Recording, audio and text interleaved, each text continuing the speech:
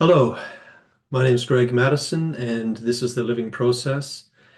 This episode is a bit different because I'm the guest, and Mia Leijssen, very well known in the focusing world, um, professor of psychology and psychotherapy in Leuven. She is having a conversation with me where the spotlight is more on me and my, I guess, life story in terms of focusing and some of the things that are important to me. And yeah, I very much enjoyed the conversation with Mia. And I have to say, it was a little odd being on the other side. Um, and we spoke about sort of what spontaneously came up. Mia asked some really interesting questions, and we ended up talking about existentialism, focusing, the way that I see both of them coming together, um, a little bit about my experiences in working in a hospital, and some of the importance I place on kind of an existential process, an openness to life itself, and wanting to live from there. I think that's all I'll say. I hope you enjoy the episode with Mia and myself, the living process.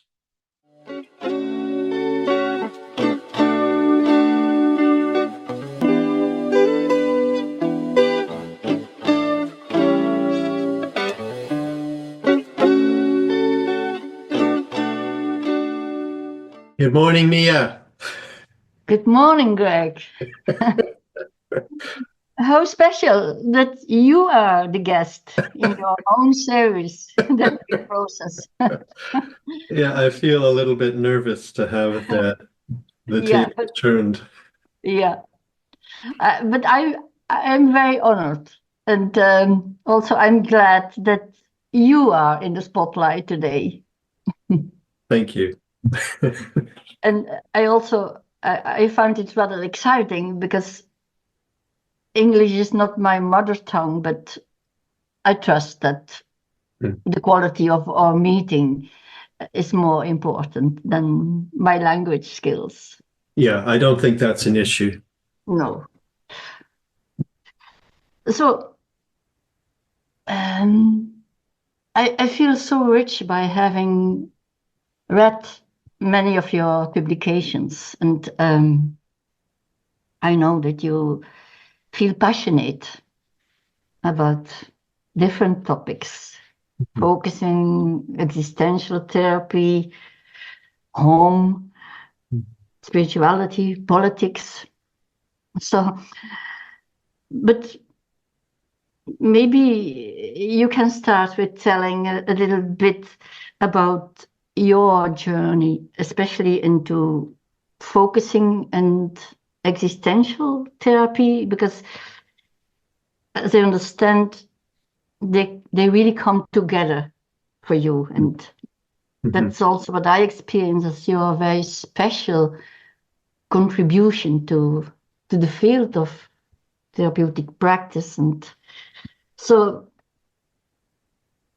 does that feel as a good start for you to Yeah, tell a little bit about your journey into focusing and existential therapy? sure. Okay. I anticipated you might ask about that. Yes. Um, to be honest, I maybe for many of us, but for me at least, questions like that, they become partly what were the facts and what is the story I tell about the facts.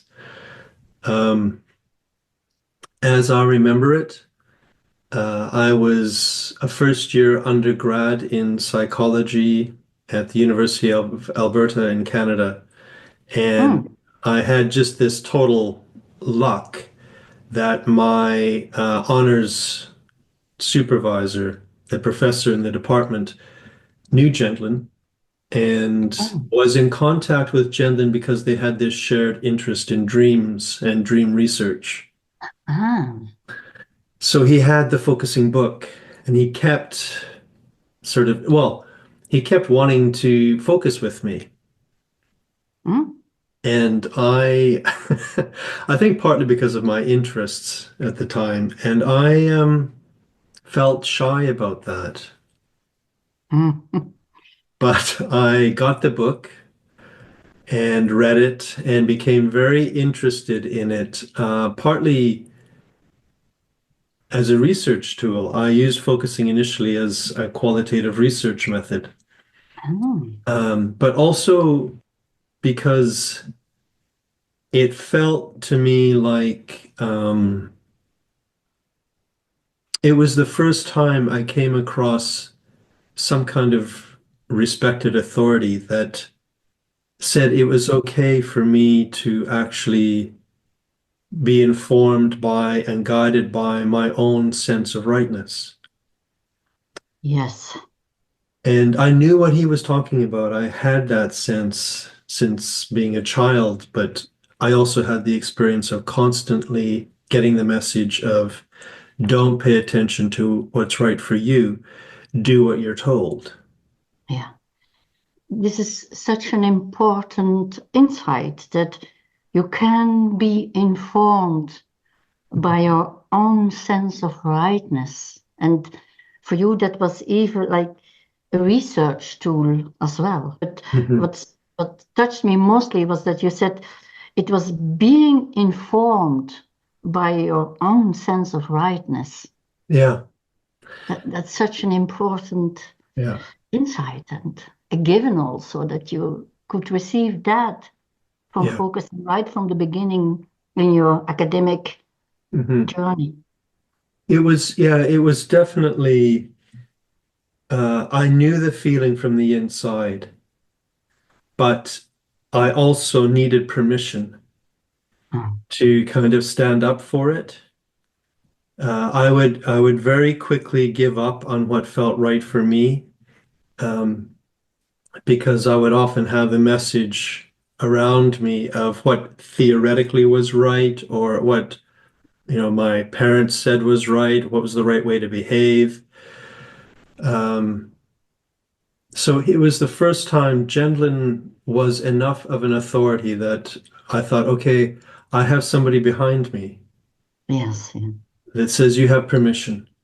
Mhm, mhm. That did feel really powerful to me, especially at the beginning of my university training, to have Yeah, that yeah.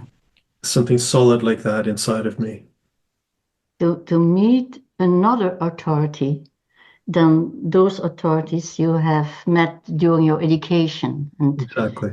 an authority with such a different message for you. Hmm. Hmm. Yeah. Yeah, it's like I just needed one. But the powerful one. Yeah, that's the thing. For some reason, I at least invested in him enough power that I thought I had someone that could stand up for me. Mm, mm. Yeah. So this permission to stand up for what felt right for you, Hmm. that seems to me such an important gift Hmm. to receive. And maybe that's also what I recognize as one of the most important gifts of focusing, that you can own your authority Hmm. Hmm. with your bodily felt sense. Exactly. Mm. Yeah, for me, it was, I knew the feeling. I was aware of the feeling inside of me that would point me in one direction or another, or that would want me to say no to something. Mhm.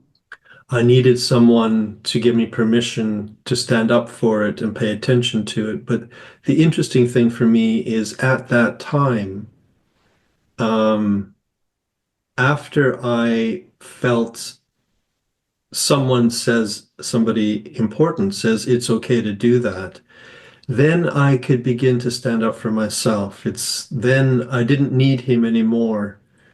Like I needed that initially to come from the outside, and then I could have it on the inside. Mm-hmm, mm-hmm, mm-hmm. Yeah, Yeah. yeah. Mhm.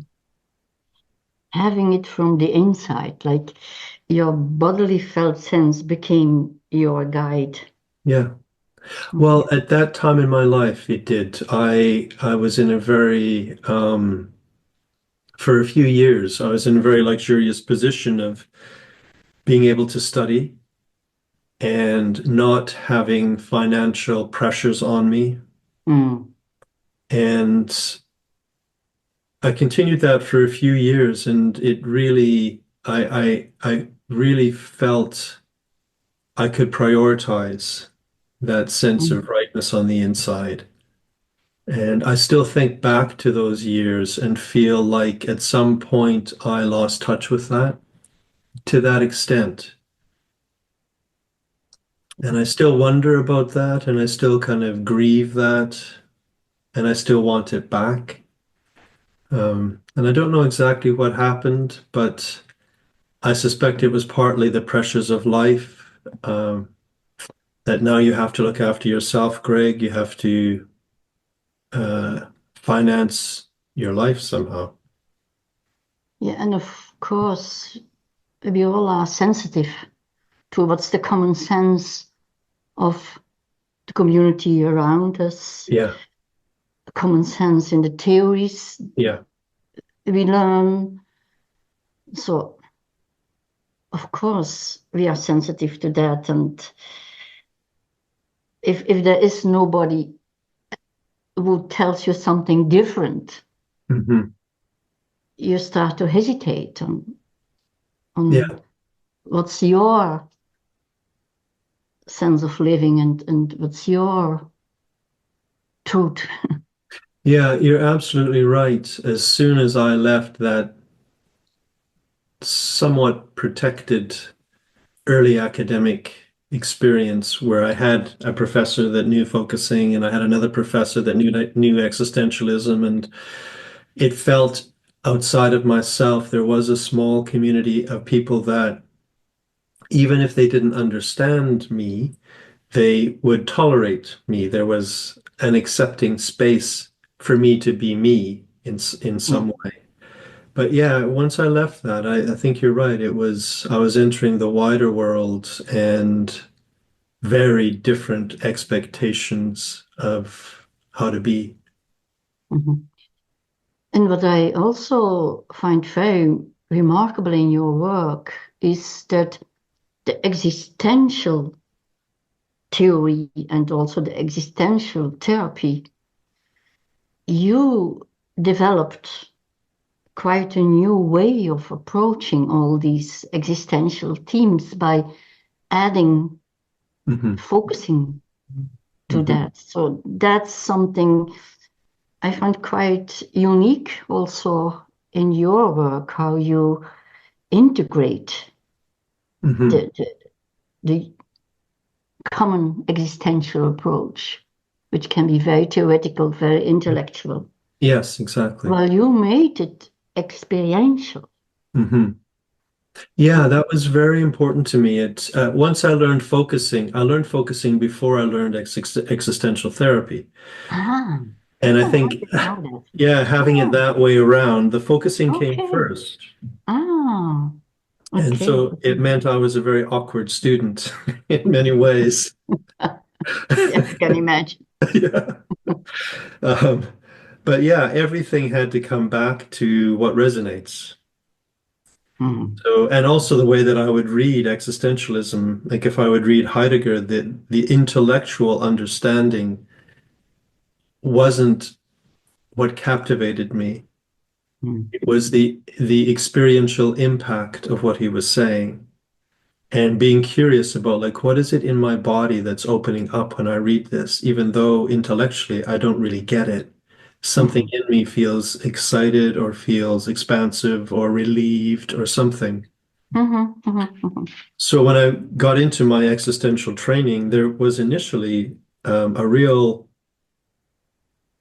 effort on my part to have the experiential understanding of phenomenology to have that accepted.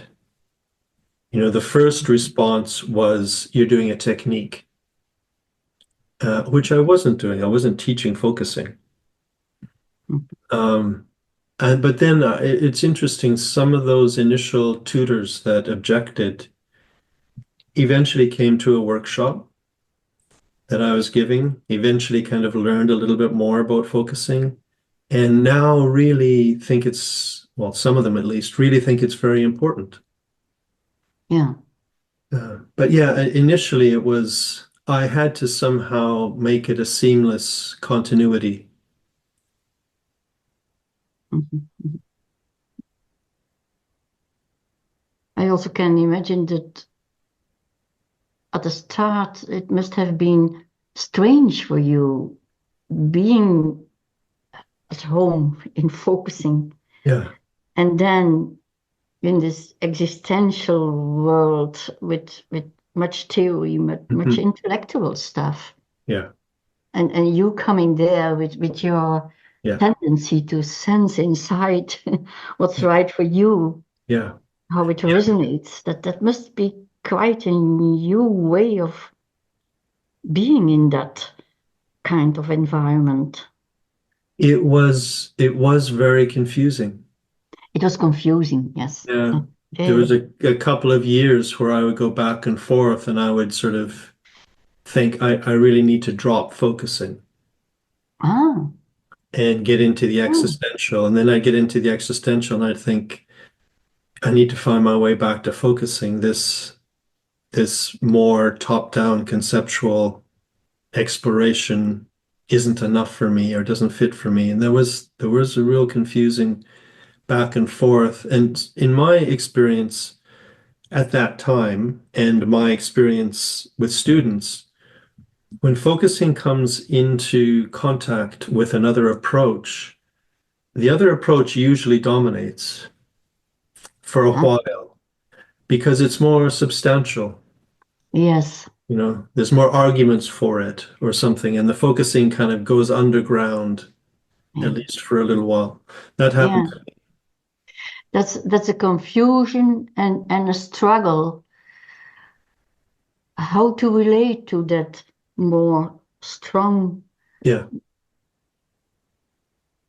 yeah, way of thinking and being in the world, and then there you are with your more Hmm. fragile, but it's not really fragile. It's more subtle. Yes, it's more subtle. It is robust in a particular way, Yeah. but it's also subtle and it's less certain. It's like when I'm sitting in the class, I don't have a good argument. What I do have is an uneasy feeling. And that's not quite as easy to present. It's like, but I know within that uneasy feeling there is an argument, but I can't make the argument yet. Yes, and in that feeling is also an opening to the not knowing, and Yes. and that's where so much creativity comes from. Hmm. That's so different from adding old ideas, and so the Yeah, right. newness Yeah. comes from this quite uncertain sense that you don't know yet what's in there, but Yeah. You're right. once you learn to trust it, Yeah. Yeah. that was what I what touched me very much in your publications, your journey into learning to trust. What was there inside in Hmm. you that was different from mainstream theories, mainstream values, Hmm. mainstream habits, all kind of things. So, Yeah, that's true. And um, I like that you point out that there's creativity there. because I immediately then realize that, yeah, it opens me up to something that's more spontaneous and something that in the moment, if as you say, I trust it, then new ways of saying things come.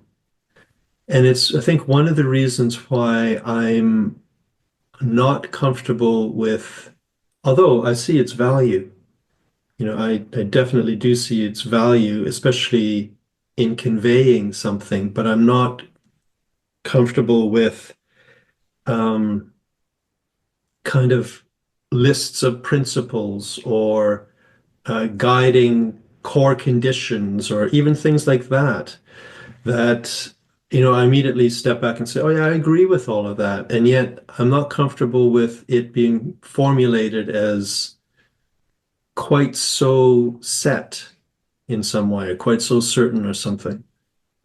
Mhm. Yeah, yeah. And it takes a lot of courage to follow a path Hmm. Hmm. that's not so certain, Hmm. but where you can discover something new. Yeah. Yes. I I'm thinking I'm doing another interview later today for a different podcast that isn't a focusing one, but one that's interested in body approaches. And it does, yeah, I guess it takes some courage. I don't know, courage doesn't, I don't feel like I can rise to that word. That might be too Okay, big a word. okay. Um, What would be a better word for you? yeah. It takes some almost, I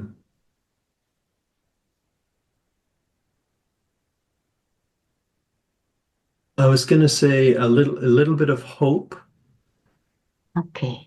and a little bit of Hmm. almost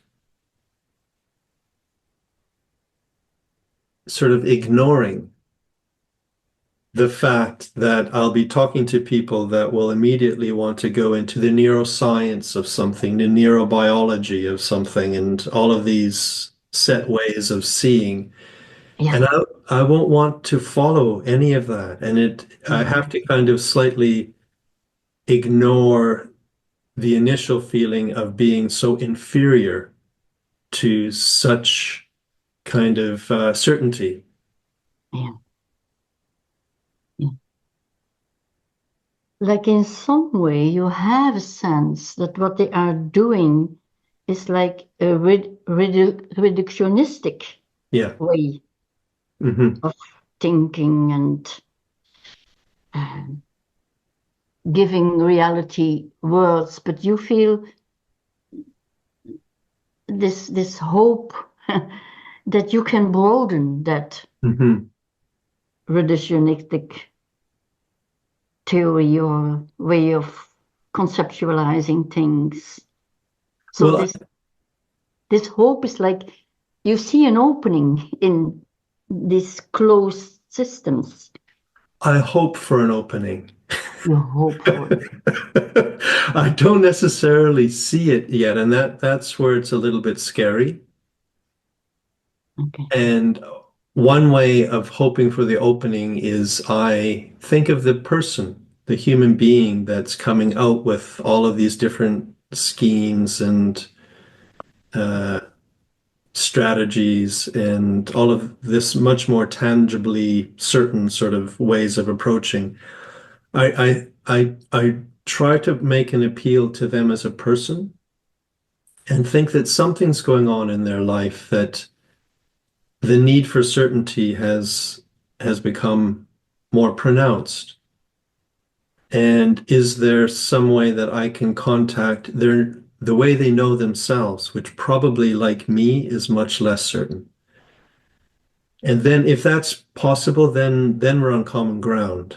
And then we can both use our own language, knowing that we're both talking about really what it's like to be alive. Yeah. And yeah, that's more important to me than explaining life. I don't, Yeah. any explanation of life immediately feels flat and oppressive. And that's what I want to get out of. Yeah. And there you have your huge experience that when you trust what it is to be alive, it seems that you can cope with uncertainty. That's so, Hmm. let's say, part of the human condition. Yeah. Yes. For me, the struggle is in the face of such certainty, how I can lose myself. Ah, oh yes. Yeah, and feel like I need to present something that is Mm. equally solid. Yeah, yeah, yeah. I do Yeah. understand that Yeah. perfectly. When in fact, if I do that, I immediately lose everything I want to say. And I'm playing a different game. And I know inside of myself, I've lost my own sense of authenticity. I've lost my own realness. And it's less interesting to me. I become bored with my own words. Yeah.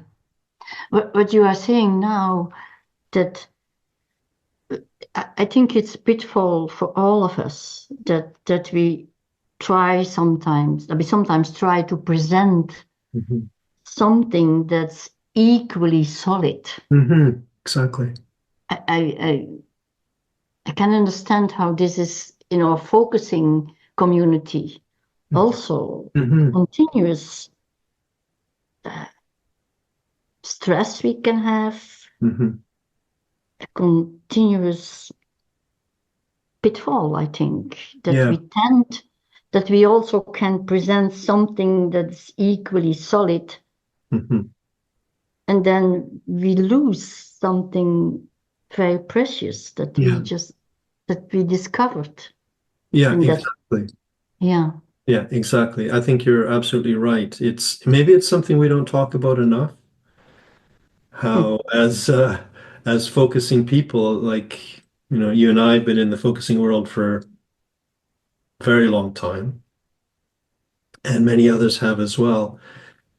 But no matter how long you've been in the focusing world, there is this temptation or this pull, um, or at least the tension of how to talk not only to others outside of focusing, but also to each other inside of focusing. We can adopt a shorthand like some of Gendlin's terms, like carrying forward or interaction first or whatever. And they start to stand alone as terms that no longer have the underbelly of what they're actually referring to. And it's very easy to fall into that. And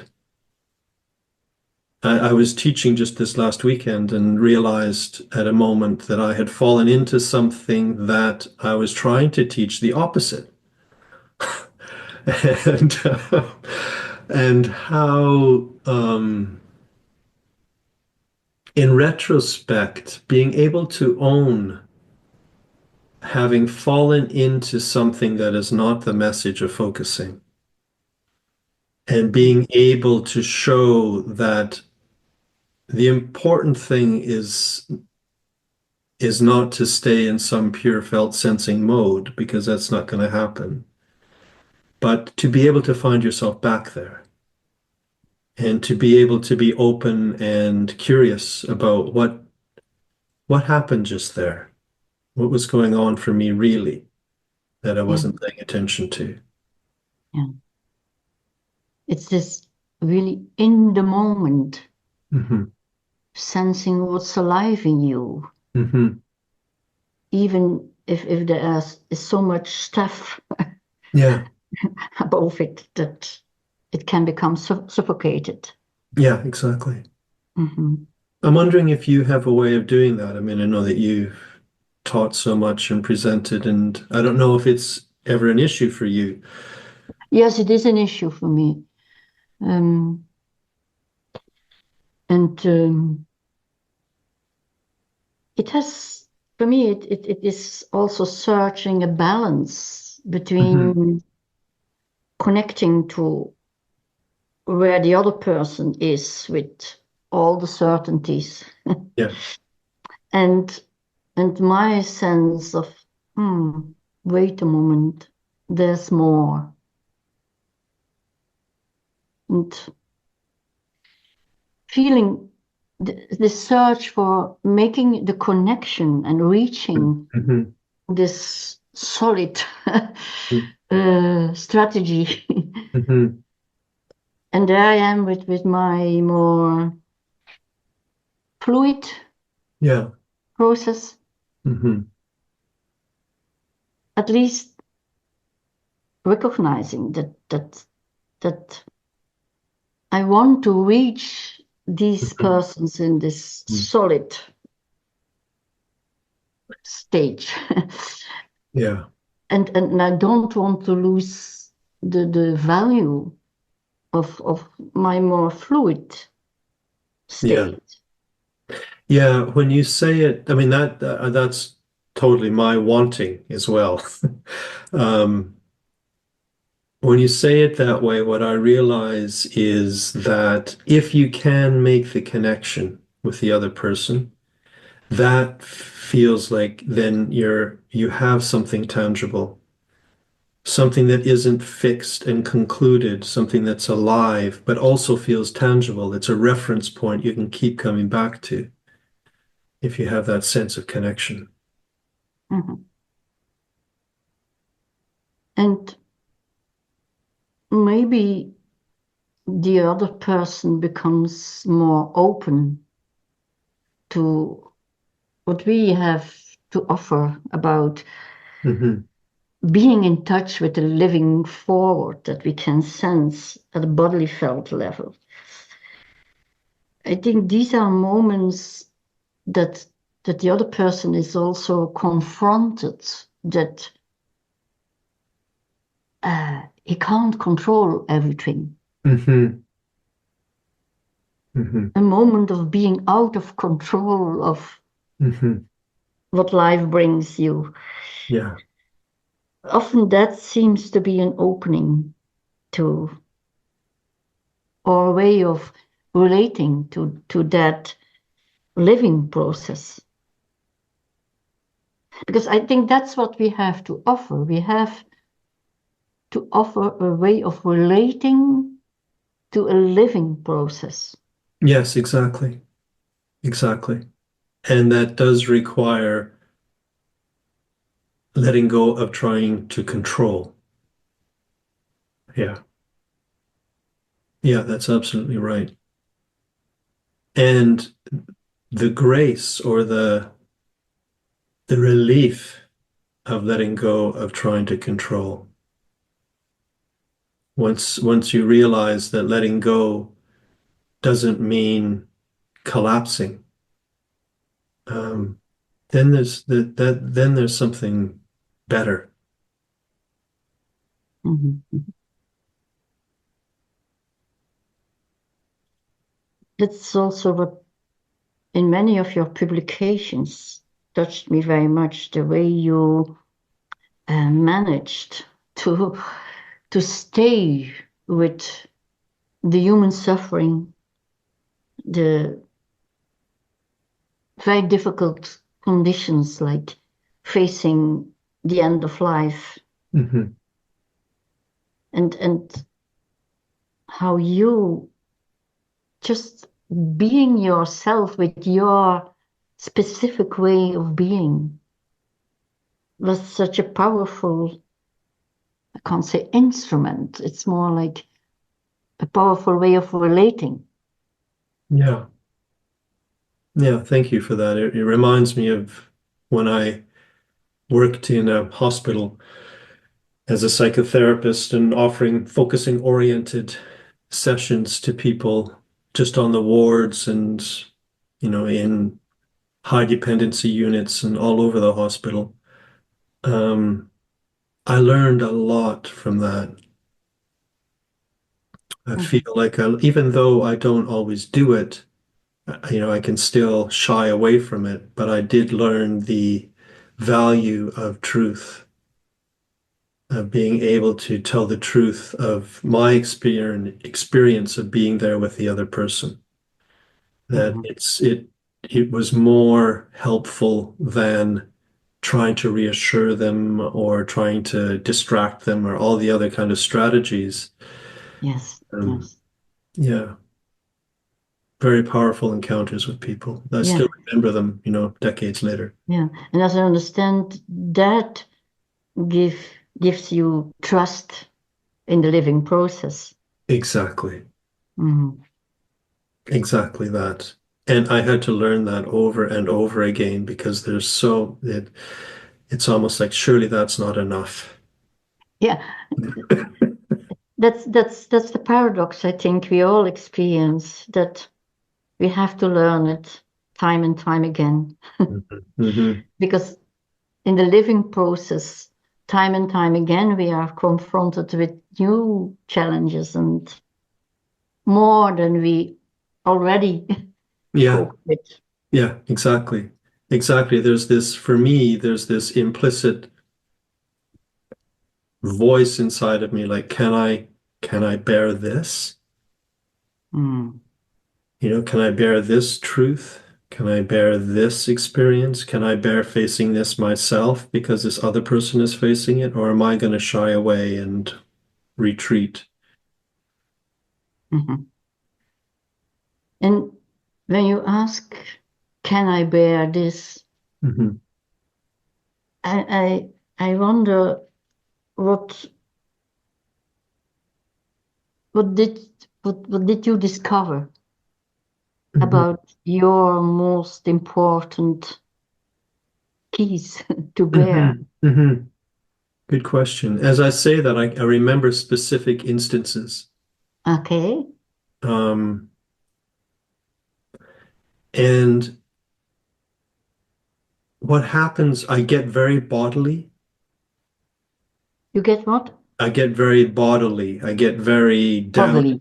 in my body. Okay, okay, It's one sorry. aspect, but yeah, Okay. but not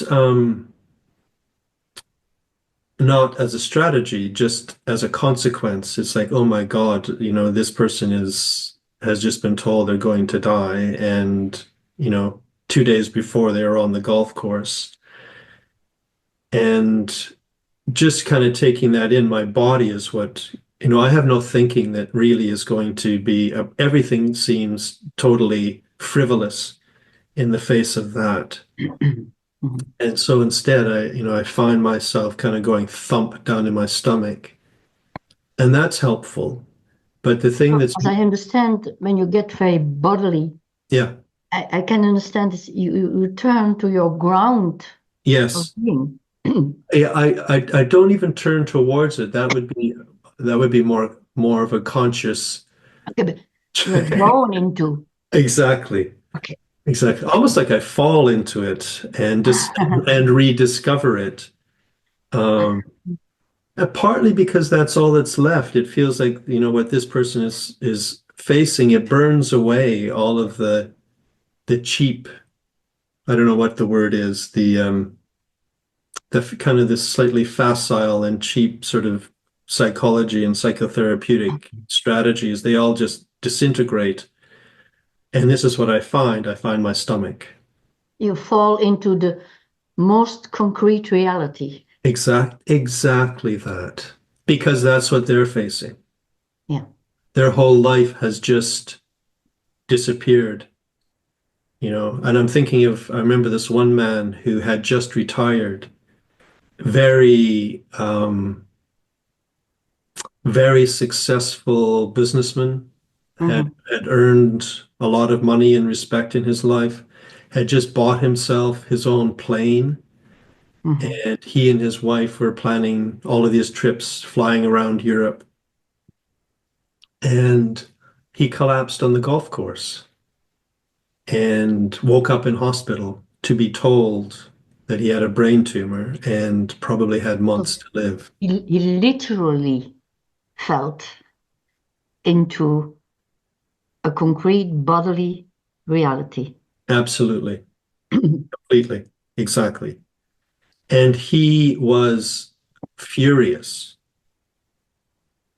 He was furious at all the surgeons and consultants that treated him like a patient instead of a very important businessman.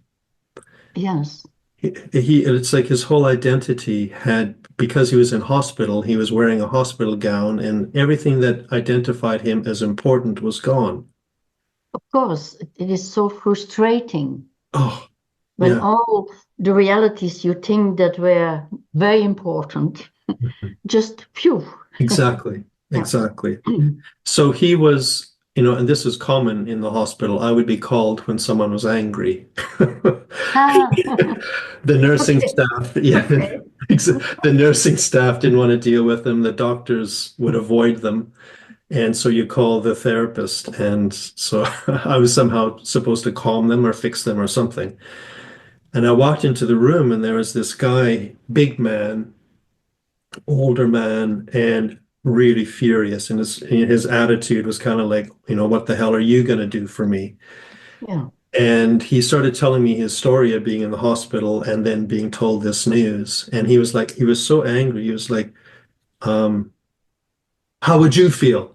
How would you feel? Like yeah, just like it was just such a bare appeal to me as a person. And I stopped and I thought like, well, how would I feel? yeah, yeah. It's a And nice I question he asked. yeah, yeah. And I just my whole body just felt like I collapsed into my body, like everything else was gone, but my physicality in that moment. Mhm, And I realized if my whole life was taken away from me like that, I would be devastated. mhm. And that's what I said to him. I said, I think I would feel totally devastated. And then we made contact. Yeah. So by allowing your physicality in that moment, the connection between the two of you really was doing its work. Yeah, exactly. Exactly. I was really present to him. I was Yeah, not yeah, I was trying thinking of to it, avoid presence. his, yeah, I wasn't trying to avoid his reality. I was trying actually to, again, that's a moment of can I bear actually taking his challenge seriously? Mhm, mhm. Can I bear? And also, you mentioned the word presence. Hmm. Can you stay present Yeah. in his suffering? Yes, exactly. Yeah. First of all, can I arrive and then can I stay? Mhm, Because when I entered that room initially, I don't know what state I was in, but I wasn't in that state. mhm, I was mhm, probably partly in a state of all the other things I had to do that day. And what am I facing here? How am I going to relate to this person? Am I going to have to go back to the nursing team and try to kind of sort mhm. out some of the misunderstandings or, what's going to be asked of me? So I arrived in that state. Yeah. And yeah, I had to find my presence. And you are saying something like your capacity to stay with him at that level, how that was such a powerful Mhm. intervention, but Mhm. intervention isn't the right word. It's like it really is a powerful happening at that moment. Yes. Yes, it was very, I mean, very very palpable. I mean, my body was just Yeah, vibrating. yeah. And also the other thing that helps me to bear it, I guess, is it's like my body expands. It's like somehow that room becomes my body, and my body isn't just my own physicality. A sense of Mm-hmm. it becoming a little bit, at least a little bit bigger. Yeah. So in that experience, you also explain somewhat of what you call palpable, Mm-hmm. Mm-hmm. vibrating. Mm-hmm. Your body expands. Mm-hmm. Yeah. So Yeah. can you develop more on these ideas? Because this is also something we know from our experience, Yeah. but that's so hard to put into words. Yeah, exactly. Exactly. As soon as you ask me that, I feel like I haven't gone very far into trying to describe it. Mm, One thing I can say, well, the first thing I want to say is I don't always, that isn't always my response. Like on this last weekend, I didn't get there. I went into a smaller sense of myself and kind of didn't. So I don't want to pretend I can sort of find this or achieve this all the time. yeah, yeah, yeah. But in this instance, when I think back to it, Hmm. part of what happens is, well, part of what gives me the confidence to be present Hmm. is that in that moment, I don't feel like I'm just myself anymore. It's not a confidence in myself. No. It feels much more like a confidence in reality or a confidence in life. That's the more existential, the really felt existential aspect of it in the moment is when my body expands, I feel like I'm in touch with the reality of existence. And then it doesn't matter. Then I feel like I can tell the truth. I feel like I can say, well, this is what it's like to be human, or this is, this is what we face, or, that somehow it's a shared reality that's much larger than me. And that's what I have confidence in. My body knows that somehow. My body is a manifestation of that. Me as a person, that person that I would identify myself as biographically, that I don't have as much confidence in, except that that isn't separate from this larger. The Hmm. confidence is in the larger that I come from rather than the smaller that I am. Yeah, yeah. As I understand you, you are expressing that in some moments, very particular moments that are about life and death, Mhm. that you come in touch with the reality of existence Yeah, that's much larger than you as this person, you as this individual, exactly. but that you have that sense how your body expands, and that seems to give you access to Yeah, so much more. It's more like you are ripped open to something much bigger. yeah, yeah, exactly. Mhm. Yeah, I get that sense sometimes with clients, and it doesn't have to be such an extreme situation. Mhm. Mhm. It can be just that I'm able to access that on a particular day. I'm able to just sort of relax into myself and then expand a little beyond myself. And it Mhm. is such a different um, experience of me. Yeah. And as you also mentioned, we we are not in a continuous experience of that different Hmm. me. Hmm. Sometimes, and it can be in very different situations that, as you said, can also be in very daily Yeah, situations that you can yeah, come into that state. yeah, yeah, exactly. But as you say that, I realize Elliott, Elliott is trying to get your attention, or Yes, he's no, he's interested in somebody that's in the garden coming to fix something. okay, okay. What what I That's want, also a reality of that's reality. daily life. Well, exactly. And it's like when you get an interruption like that, how do you find your way back? Yeah. And what I need to do is I need to say to myself, you're pointing out that this kind of more expansive way of being can happen in daily life, but that it's not always there.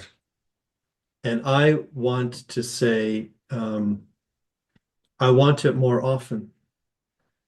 You know, I want to go back to those years when I had less uh, pressure from outside and I was able to live more from that state. I really want that more often again. I don't feel satisfied in kind of knowing that it's there, the tension of knowing it's there and not being there.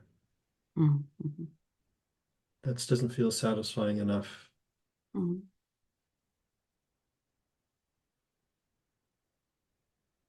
At the same time, this is also the reality that our body is a relational process, and Mhm. we have all kind of responses to Mhm. all kind of situations, and just My- to acknowledge yeah. that there is this huge variety in our way of being with different situations, in how different situations have an impact on the way we relate to it also. I think I can accept that. I think what I find more difficult to accept because it doesn't quite feel right is Mhm. uh, a relation. Well, I don't know.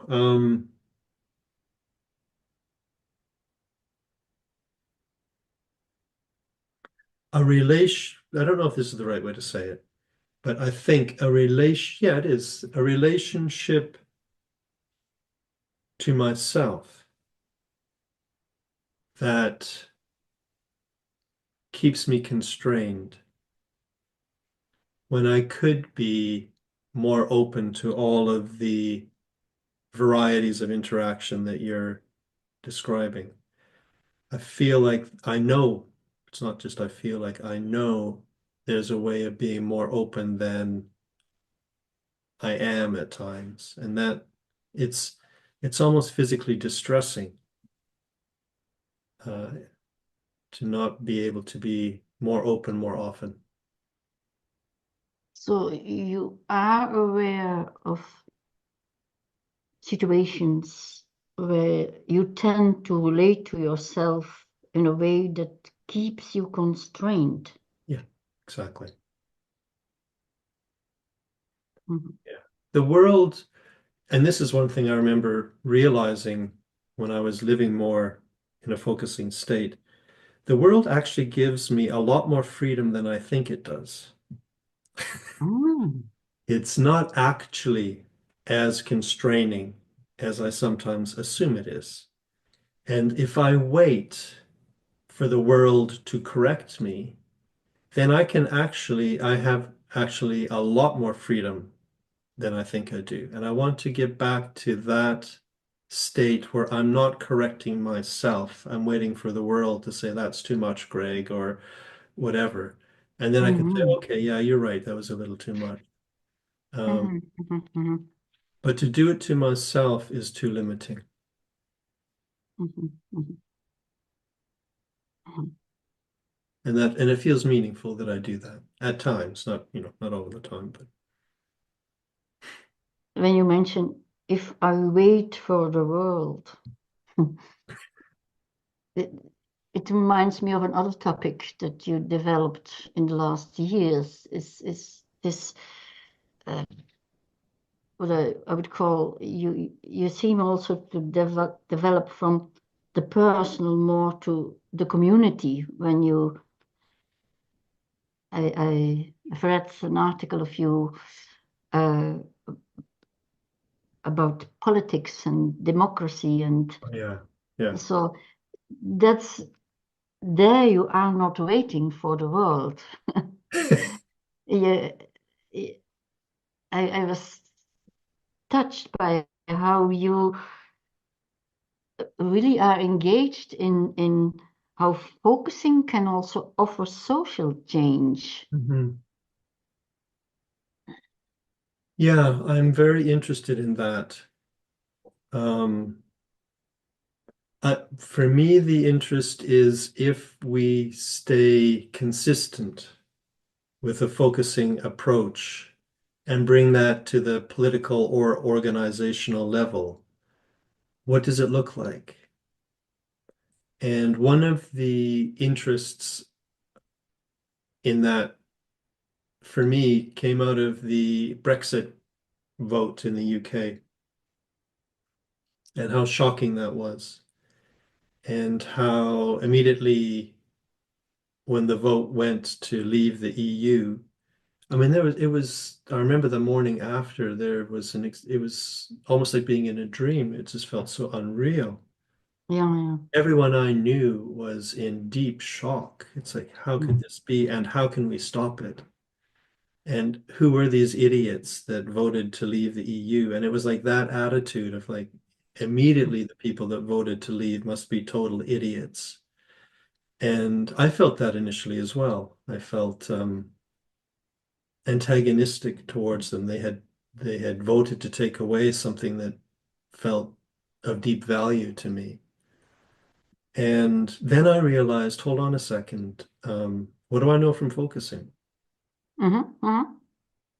And from focusing, I know that if I listen to someone, they become deeper in themselves. They become more of a person, and they always become real to me. If I listen to somebody, they become a real person. And I thought that's what we need really is to learn how to listen to one another. And that's when I started that campaign for a World Day of Listening, is thinking that what we need is not to call these people names and it's not to win with some other point of view. What we need instead is actually to listen to each other. When you use the word to listen to each other, can you develop a little bit more on what is it specific for you, Mhm. this listening quality? Well, in the political realm, Mm-hmm. it's an actual willingness to be open, Uh-huh. to Okay. listen, to listen without feeling like listening means you have to agree. Okay. So And this is an important quality, the mhm, willingness to be open, yes, willingness to be open. yeah. And that when I listen openly to someone that has a different perspective, a different point of view, I will be changed. Mm-hmm.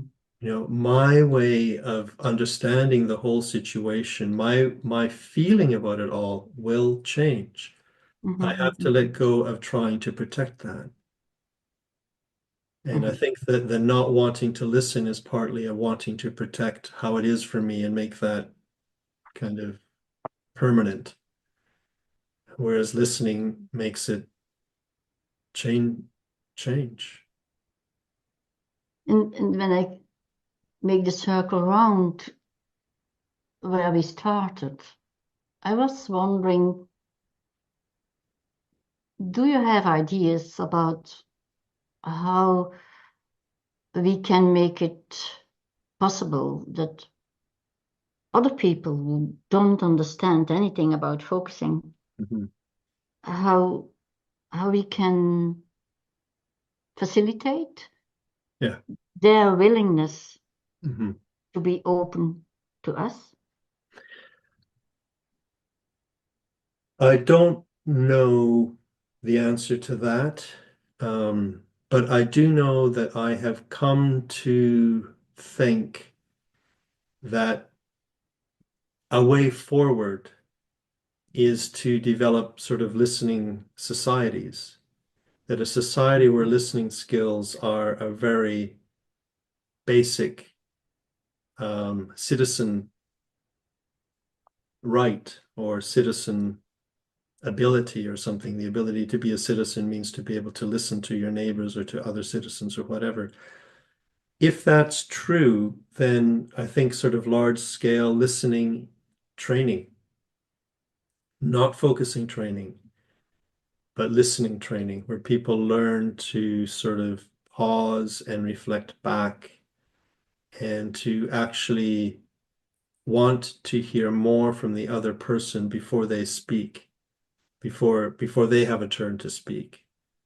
Um, I think that can be taught, and I think that can be taught just to ordinary people that know nothing about psychology or philosophy or focusing. To teach focusing, I think, is more complicated, but I think people would implicitly learn focusing if they learn listening. But the Yeah, listening is but easier to teach. isn't there a risk that even when you say we can train people to pause, to reflect back, Mhm. that still this bodily process is not incorporated in that?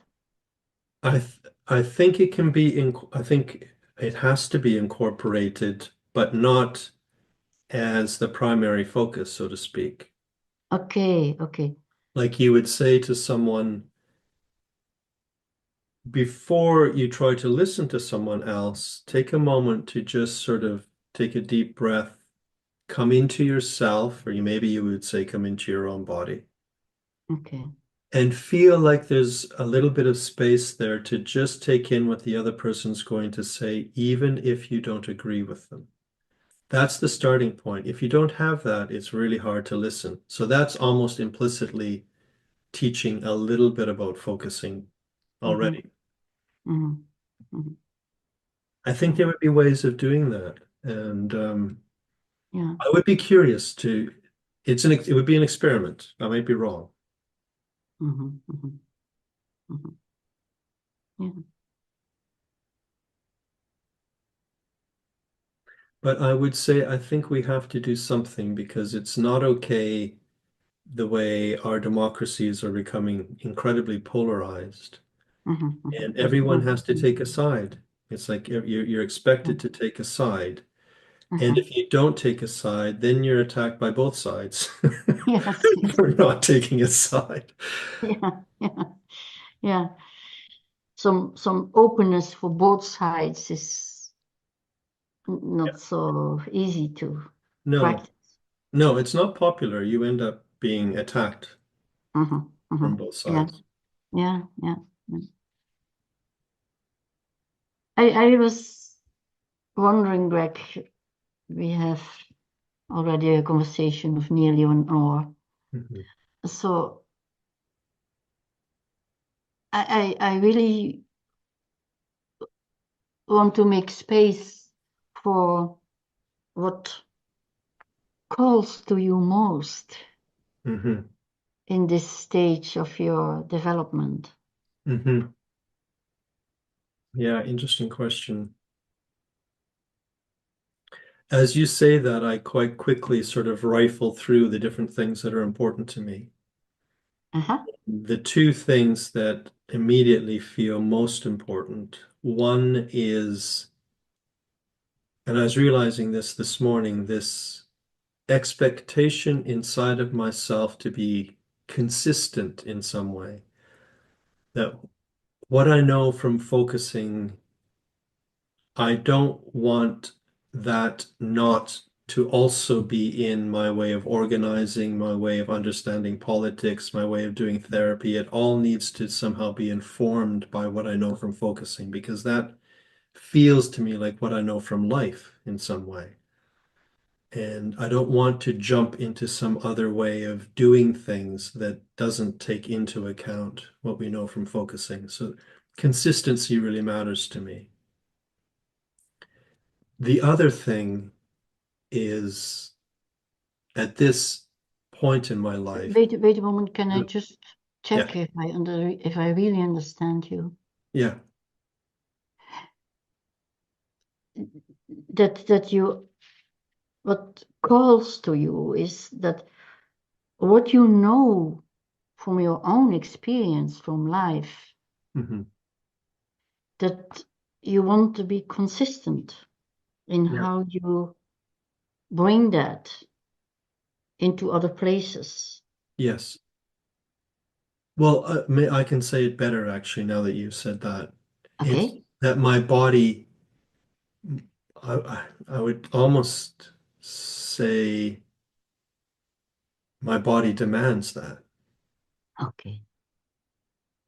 It demands that something that I know from the focusing experience, which is so fundamental to me, is present everywhere. Yeah. Yeah. I feel the physical discomfort when I'm in a conversation where that's not there, or I feel the physical discomfort where I'm when I'm in an institution that's hierarchical and not taking into account Mm, what we know from felt sensing and the fluidity, as you say, of that. mm. Yeah. When you say my body demands that, Mhm. that's how I understand what in many traditions is called like a calling you Yeah. experience. Yeah, definitely. Yeah, Mhm. Okay. yeah, yeah. Yeah, and maybe the impact is slightly disruptive at times, but Ah, but it is a calling. You're right. okay. So that was your first point. Yeah. And to my question, what really calls to you most in Yeah. your actual development? At this point in my life, what calls to me most is imagining my death Mhm. Okay. Okay. and feeling like I need to prepare myself for the end of life. And that shouldn't, I shouldn't wait until I have a terminal diagnosis or something. I really, it needs to be a part of my living now that I'm coming towards the end. I mean, who knows? I might have 20 years or I might not, but probably not much more than that. And really realizing how incredibly short a human life is. You know, humans, as humans, we don't live very long. You know, compared to a lot of things around us, our time on Earth is short. Mhm. So And this yeah. very existential theme of Mhm. that Mhm. and how to prepare yourself for that reality Yes. that this body Mhm. has uh, an ending date. Yeah, exactly. It has a Yeah. time limit. Mhm. A time Mhm. limit, yeah. And what does that give you? That's a good question. I partly it's I'm inviting a way of living now with that conscious awareness. So I don't know what that will give me, but I think it will give me a different sense of life for the last phase of life. Mhm. Um, but I do think it's also partly I want to be aware of my ending. I want somehow to be prepared enough. I guess it's like being with that man. It's like being prepared Mhm. enough to be present for when it happens and to witness, like witness saying goodbye to myself or, witness, the final, Mhm. the final moments. I want to be there for it. Yeah. When you say, I want to be aware of my ending, I can connect to that. That for me, being aware of my ending and some of the tragic incidences in my life that made it very concrete that that was near, Mm. or that how real it can be in everyone's life. Yeah. For me, that was like also the gift of being aware of what's essential Hmm. Yeah, and exactly no that. more worrying about so Yeah, many yeah, things yeah, that can distract me. yeah, exactly, exactly. It is. It's going back, really paring everything down to the essential. Yeah, Yeah, you're right. Yeah. that's paring everything down to the essential. I love that sentence.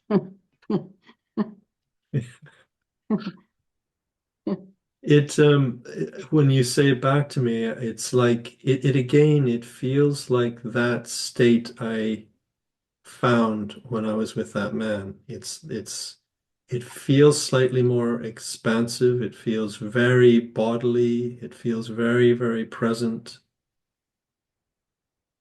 Um, I want to live, I really do want to live from there again. Not just be able to access it, but actually to be living from there as much as possible. So if you mentioned that experience with that man, and if I ask you now, what what did you discover about the essential? Hmm. Good question. I mean, there was many people like that. He's the one that jumped to mind. Yeah. Um, what did I discover?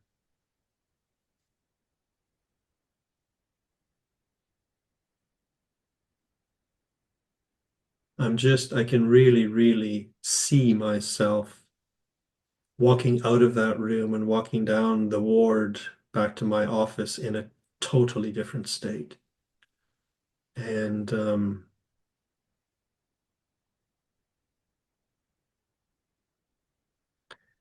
it feels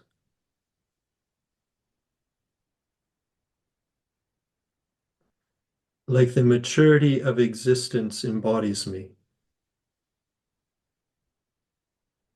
Mhm.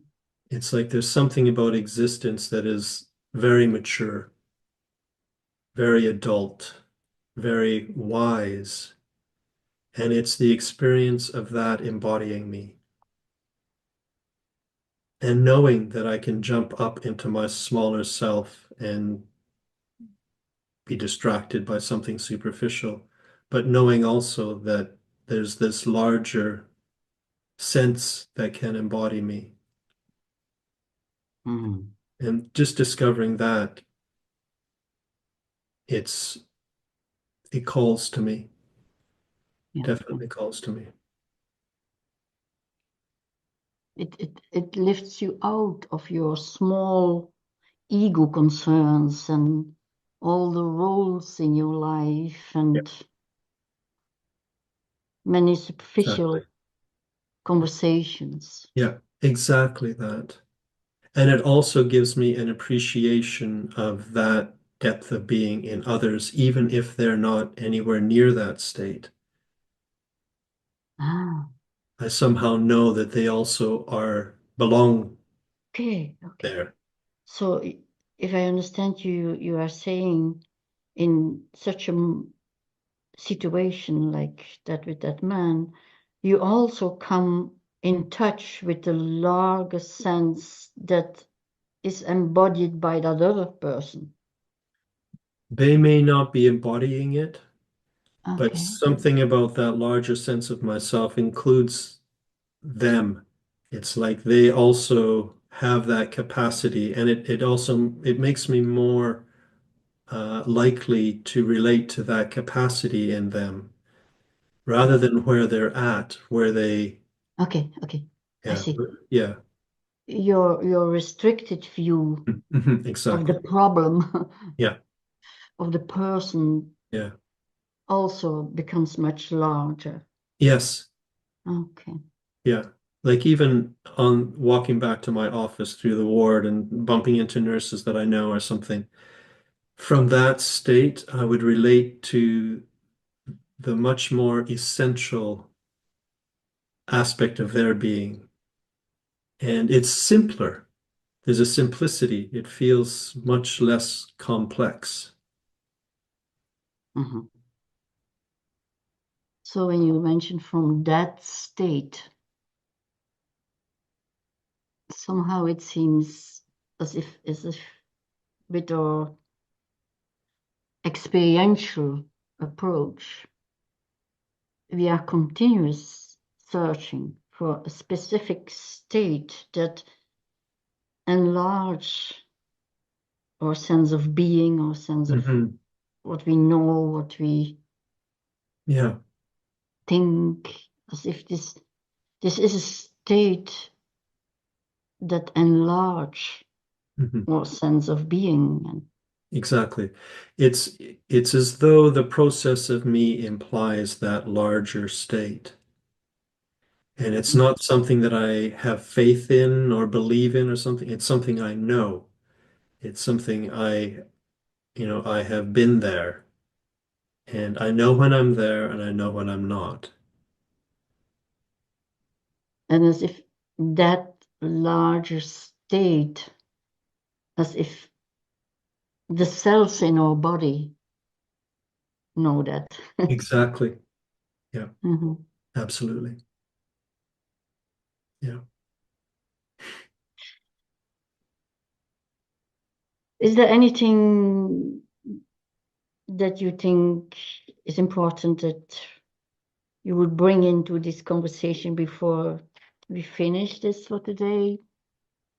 No, I think I'm a little surprised where it's gone. So am I. But yeah, I've enjoyed it, and I feel like I can let it stand. What we've talked about is feels satisfying to me. Mhm. How about you? Uh, I found it intriguing, these interruptions, people ringing at your door, and and how you tried to answer to that reality, and at the same time how you were wonderful in just also keeping track with your process of being in this conversation. Mhm. So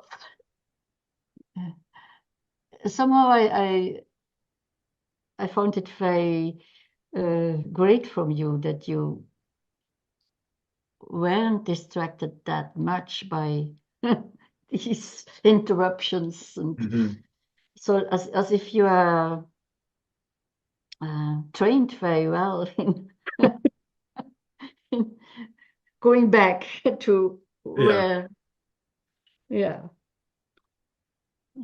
Yeah, I can usually find my way back fairly quickly. Mm-hmm.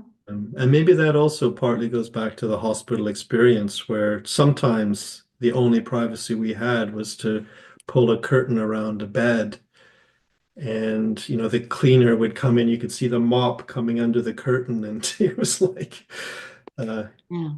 being able to realize that's not what's important right now. Mm-hmm.